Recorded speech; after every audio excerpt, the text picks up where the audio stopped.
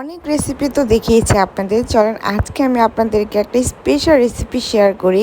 কেন স্পেশাল জানেন? কারণ আজকের রেসিপিটাতে থাকছে আমার নানুর হাতের ভালোবাসা। কারণ আমার নানুর হাতে আজকে মজার একটা রেসিপি আপনাদের সাথে শেয়ার করতে যাচ্ছি। ছোটবেলায় কিন্তু নানি দাদিদের হাতে অনেক মজার মজার রান্না খেয়েছিলাম। এখন বর্তমানে আমার দাদি বেঁচে নেই, আমার নানু আলহামদুলিল্লাহ বেঁচে আছে। সো নানুর হাতে আজকে এই মজার তরকারিটা আমরা খেয়েছিলাম। সো নানু আজকে রান্না করবে সজনে দিয়ে শুটকি। সো সেটা কিভাবে রান্না করছে সেটাই আপনাদের সাথে শেয়ার করছি।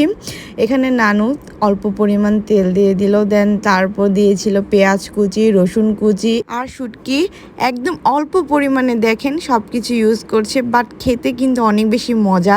তাদের হাতে না কেমন জানি একটা জাদু থাকে অন্যরকম। তারা যে কোনো রান্নাই করুক না কেন সেটা খেতে কিন্তু ভীষণ মজা।